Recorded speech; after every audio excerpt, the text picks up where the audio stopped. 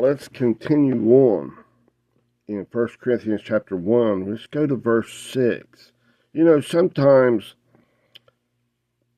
speaking a little bit or giving out a little bit, trying to convey a little bit of your thought processes communicated out to another person by your articulation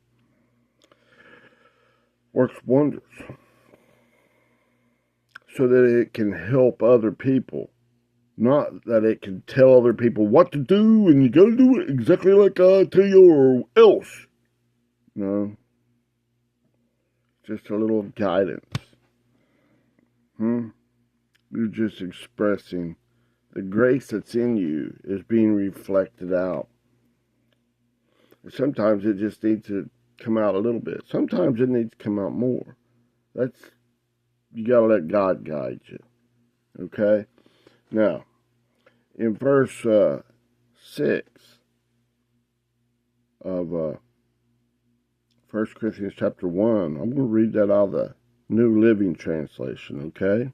It does a pretty fair job. It says, this, remember verse 5 and 6, you can go back to the video right before this, and I explain those a little bit better, how the male and the female coming to get thought processes in your mind, all those little bitty balls, are coming together in this storm, right? And you're agreeing with God, and it's coming into oneness with God. Okay? Now this confirms.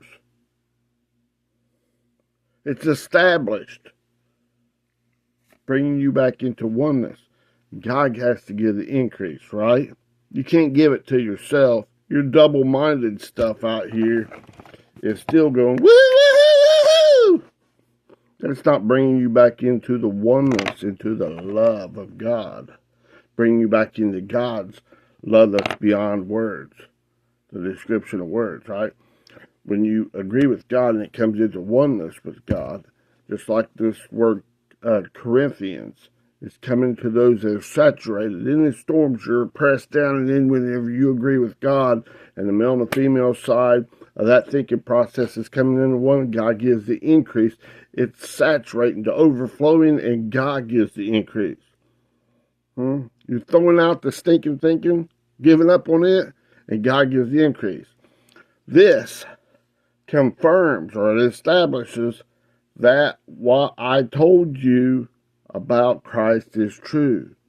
You're coming back into oneness. You're resting and relying on God, and He's bringing the increase in your mind. And it comes over and over and over. He's baptizing you in the Holy, purifying Spirit of God.